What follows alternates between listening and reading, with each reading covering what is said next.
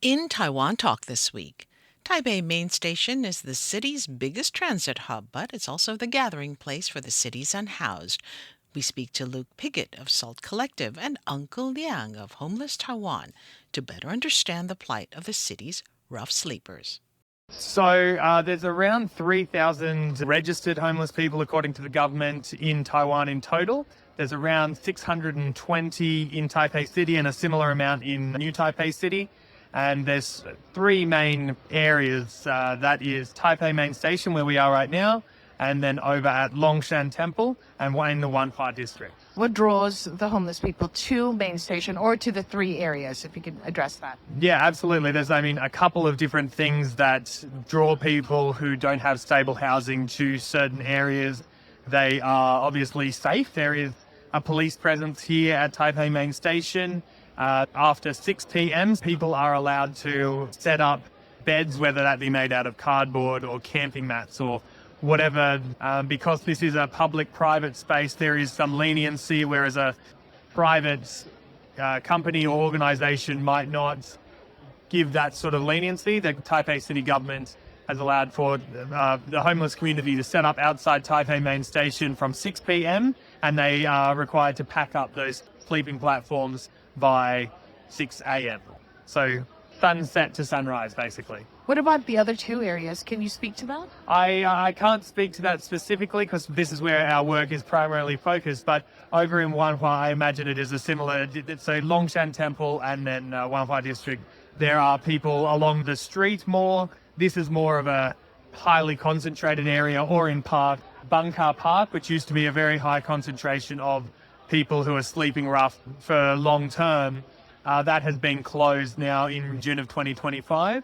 The Taipei City government closed that for a year-long renovation, which effectively displaced, according to government statistics, 50 homeless people, but then there may have been other people that weren't registered homeless that were also displaced as part of that closure. What drives people to become unhoused in Taiwan primarily? There's so many different aspects to it. We talk about it, the blind man and the elephant, where if you only focus on one aspect, you miss out on the whole picture. If you try and describe an elephant by saying its ear is like a fan or its side is like a wall, you miss the elephant, and you miss the forest for the trees. And so you need to think about a multi-variety of aspects coming into this. So obviously one of the main things, and this isn't a Taiwan issue, this is a global issue, housing affordability. This is something that is talked about in my home country of Australia. It's talked about in the United States. It's talked about everywhere globally. So that's one of the issues. Obviously, there are family disputes. People fall out with their families. Their social networks break down. That brings with it a number of comorbidities such as alcohol misuse and mental health issues that can contribute and make it worse. Uncle Liang is a tour guide for Homeless Taiwan. He joins us to share his story. 在深夜无助上班了。 I used to work for a politician who was caught for vote buying. The Northern Investigation Division raided our office in the middle of the night, seized everything, and the case immediately went to court. My boss had already served 16 terms. Yes, even after being caught, he still served 16 terms. But the last time, there was no possibility of further appeal. He was actually elected again, but the election was declared invalid. Once it was invalidated, our staff office was shut down. Since my boss was no longer a county councillor, I left as well. After that, I came to Taipei. I had several jobs here. I've been in the food service industry for over 20 years. I worked at a Cantonese restaurant near Muzhou Park called Wailing Pavilion for 9 years. After those 9 years, I went to National Taiwan University, making hospital meals for a little over a year. Then I went to work at a group catering restaurant in Waifang Creek, where I stayed another 9 years. Because of the COVID pandemic, our customers, who are mostly from mainland China, stopped coming, so the restaurant had no business, and I became homeless, and I came to Taipei Main Station. I am now working as a tour guide. I could share my experiences and my journey with everyone, so people could better understand people experiencing homelessness. After all, I've lived it myself. I came out of that world, so I understand that life better. including my own. When I face the general public, I share my daily experiences from life as a homeless person. Many people don't know what homeless people do every day, so I share that with them. As for the courage, honestly, I don't think it's anything special. I've lived through it. I'm just sharing my true feelings, my daily life, and everything I've experienced. That's all. I have a place of my own now, but even if I am still homeless, I wouldn't go back to Miaoli. Going back to my hometown wouldn't help anyway. Everything is different from before. Most factories won't hire people over the age of 45. What do you think would be the biggest problem that the Unhoused and Taipei main station encounter? Yeah, it's difficult because Taiwan is very safe. It's a very orderly society. There is a lot of social safety nets. So there are obviously interpersonal struggles in between the homeless community. There are the feeling of stigma that the majority of people walking through here aren't seeing homeless people as people. They're seeing them as fixtures. They're seeing them as invisible. So that sort of lack of humanity, I think, is just an overarching thing that the majority of homeless people in the world do experience because they are seen as part of the public structures. We don't have, as in other parts of the world here in Taiwan, the sort of anti-homeless architecture where there's spikes. Homelessness has been decriminalized from a police issue to a social welfare issue, and so there isn't harassment from police.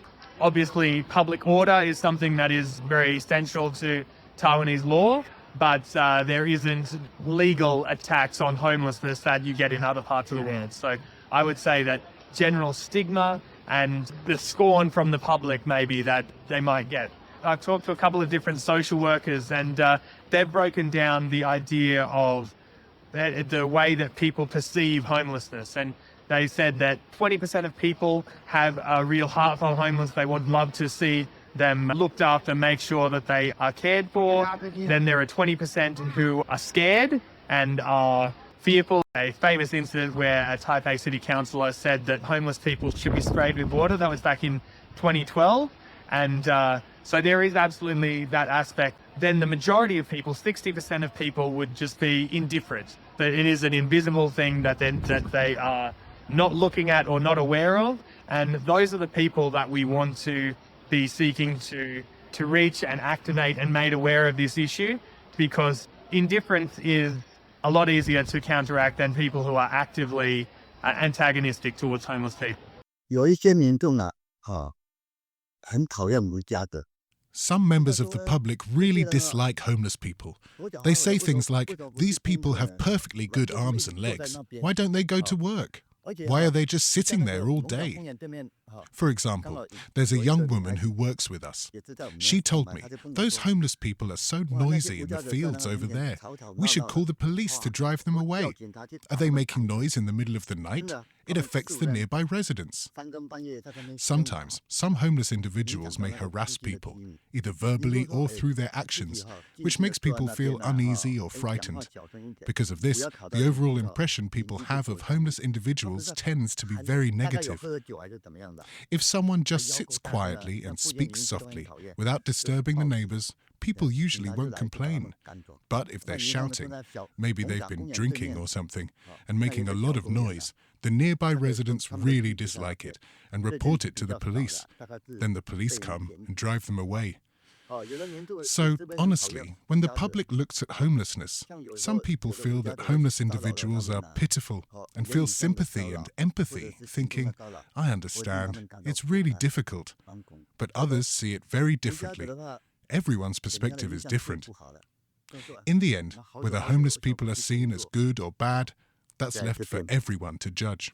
How much do you think the Taipei city government has done for the unhoused community, and how much more could they do? The Taipei city government is, from everything that I've read, is the most advanced social welfare network in Taiwan.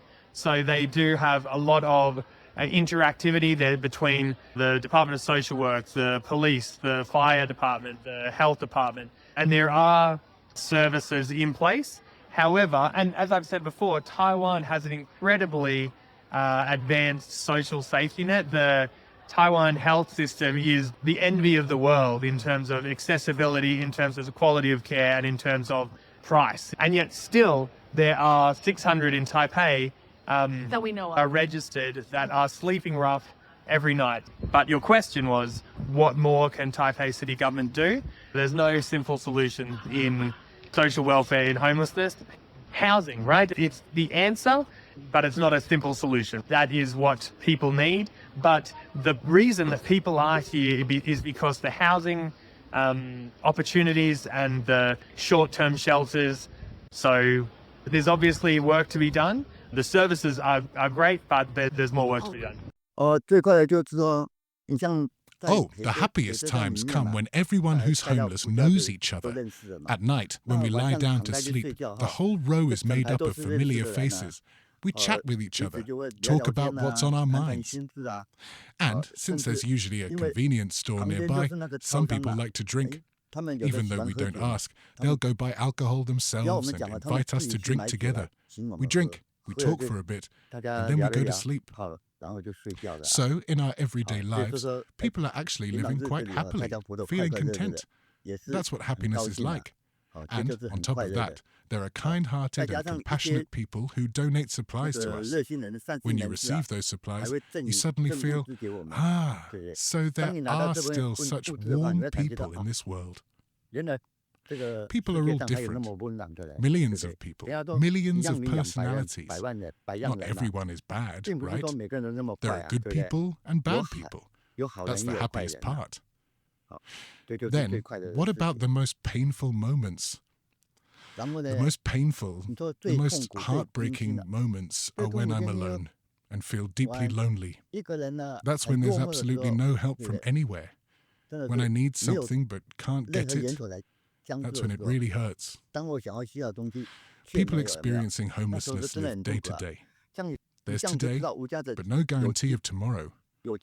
Sometimes, around Taipei main station, we really hope that tourists will give us supplies. But what if one day the tourists stop coming and there are no supplies at all, and the Social Affairs Department isn't able to help?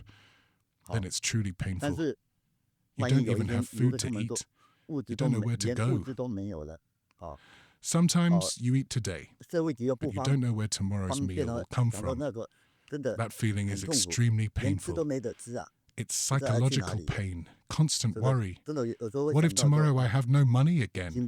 What if there's nothing to eat? What happens when I'm hungry? You were listening to Uncle Liang of Homeless Taiwan and Luke Pigott of Salt Collectiv. I'm Hope Go. Thank you for tuning in.